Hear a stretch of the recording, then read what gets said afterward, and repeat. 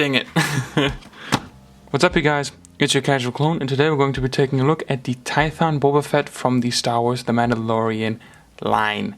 This figure I only got because of that beautiful price tag right here. It says Sonderpreis 10 euros. So I got this guy brand new for 10 buckaroos. Awesome deal. And the only reason why he's so cheap, I think, is that the box is a little bit damaged. There is some slight damages to the box. You can see that the tape has been cut, but he's still sealed and brand new in the box. So that's always nice to have. So I thought I'm gonna make a review of this guy. For the box, it's the standard Galaxy type box with Star Wars The Black Series at the top here, with the Star Wars The Mandalorian at the bottom here with that nice color-coded orange, and then of course Tython Boba Fett at the bottom here. On the left side of the box you have a nice artwork of Boba Fett himself holding his gaffy stick, and you have Boba Fett at the bottom of the box again right here and looking really nice. Then for the back of the box you have a larger image of the previous shown art again of Boba Fett, and you have a read up. If you want to read the read up, please feel free to do so and pause the video right now. He's the 16th figure in the Mandalorian line, which is crazy. We have almost 30 figures in the Mandalorian line, which is crazy.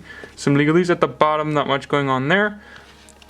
For the right side of the box, you have not much going on either. You have Star Wars The Black Series again at the bottom here with the line going all the way through here.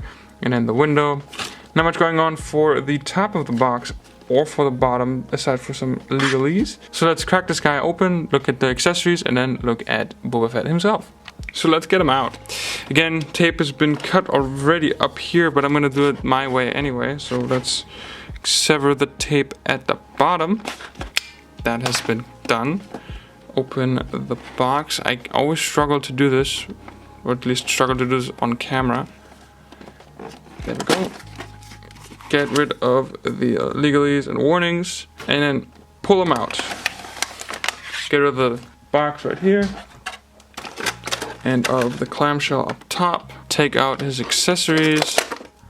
Right there, his rifle, and his gaffy stick, and then of course Boba Fett himself. Now for his accessories, he actually comes with more than just these two.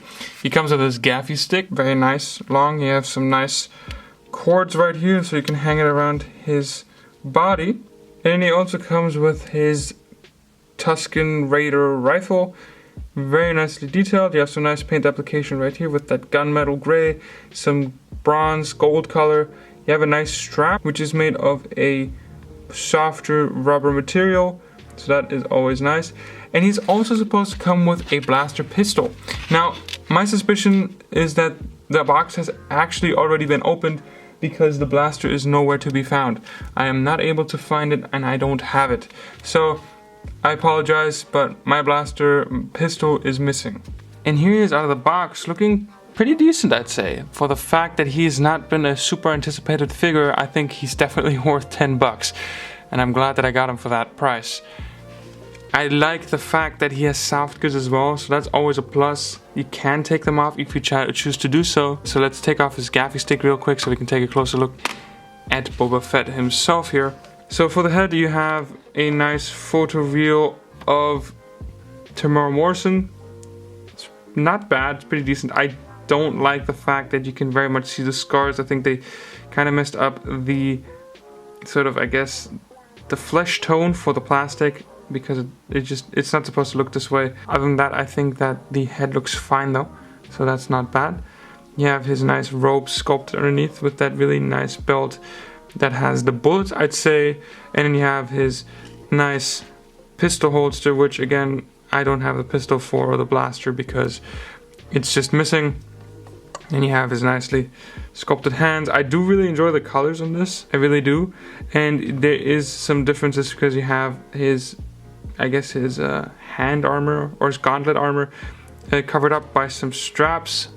I think that's what it's supposed to be, so that's really nice to have as well. I really enjoy that. And then of course you have the really interesting way of him articulating his feet, which is being hidden by that front piece right there, and then you can just put it down this way, and they have that weird joint that is being hidden by that front armor here. So that's definitely going to be visible if you pose him in anything crazy that would show this, but it does allow for some nice range of movement.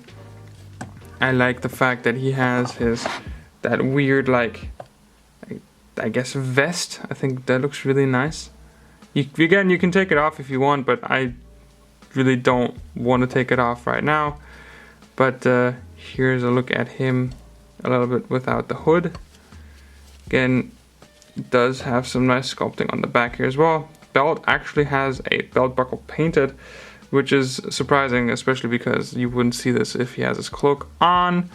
So that's nice. And yeah, that's already all there's to Boba from up close. So let's take a close look at his articulation next. So his articulation, let's take off the cloak anyway, because I think it's just gonna be easier to show articulation that way. You just pull his arms to the back and you just pull off the cloak, and here you have Boba in all of his brown glory, because he's very brown. It doesn't show very much on the camera, but he's very brown, and it's kind of bothering me because it's just like this one tone of brown throughout the entirety of the figure. His head is on a dumbbell joint, I believe. I'm not sure. I think it's a dumbbell joint. I can't really tell, but I think he's on a dumbbell joint, which allows him to look up that far, which is not bad. A good amount down, I'd say. That's not bad. He does have some nice tilt. That's always awesome. Of course, 360 rotation, as you'd expect. His arms go up almost to 90. Not bad, all things considered. I do believe he does have a butterfly joint. I don't know why it's not light enough right now. He does have a butterfly joint, which does work. So that's actually not bad. I did not realize he had a butterfly joint. That's cool. His elbows go past 90, which is nice. Single jointed though, so that's good. He has a horizontal hinge on his left hand, and he has a vertical hinge on his right trigger finger hand. You can see the wraps again, which cover up parts of his, gauntlet armor right there, or his hand armor. So that's kind of nifty to see, especially because this is an armor piece that we've seen before uncovered on The Mandalorian, for example. Then he does not have an ab crunch. He has a diaphragm joint, I think is what it's called, which allows for some movement. Not much, because of that belt piece, it hinders it a little bit, but you can have him crunch that far forward and that far back. Back is not that bad, actually. And then, of course, 360 if you were to remove the belt right here. Then for his legs, they kick up quite far, past 90. That's always nice. He does have an upper thigh swivel right there. That's kind of suck because it breaks up the sculpt as soon as you move it. So that's not very nice. You have a single jointed knee, which is quite noticeable if you have him kicking up that far. He does have a boot cut actually, which I also didn't know. So that's nice, a boot cut so you can go all the way around. His feet don't go up much at all because of it being hindered by the sculpt. They go back quite far, not bad. And then of course, as you'd expect, he does have a forward facing pin, if you can see it, forward facing pin for rocker. Let me see, a forward facing pin for rocker, there you go.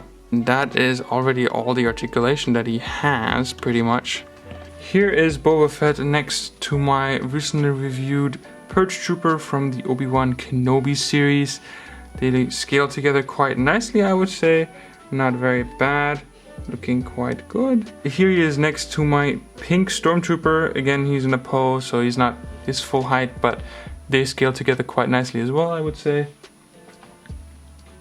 And then lastly, here he is next to the Skirmisher. I think they look really nice together, honestly, because they're both Mandalorians, or at least one of them is, but they wear the same type of armor originally. Scaling together very nice. They're about the same height, with Boba Fett being just a slightly bit taller, I'd say. Just by a hair, you can almost see it. There they are, looking quite nice. And that already concludes the comparison part of this video. And that already concludes my review of the Tython Boba Fett from the Mandalorian show. So not the one from the Book of Boba Fett. I think for $10 he's a great figure. Even in general, I think he's one of the better Black Series figures. Also when it comes to articulation, I really enjoy him. I like his accessories. Again, I don't have the blaster pistol, which is unfortunate, but I do enjoy this guy for what he is worth. He has some good sculpts, aside from the fact that his head looks a little bit interesting, I'd say. If you guys ever have the chance to pick him up, I would, unless he's way too expensive. He's not worth more than, I'd say, $20, but for what I got, I'm happy with it. So I hope you guys enjoyed this review. If you guys did, please leave a like, comment down below what you thought about this figure, and if you have any questions, comments, or concerns. And until then, auf Wiedersehen.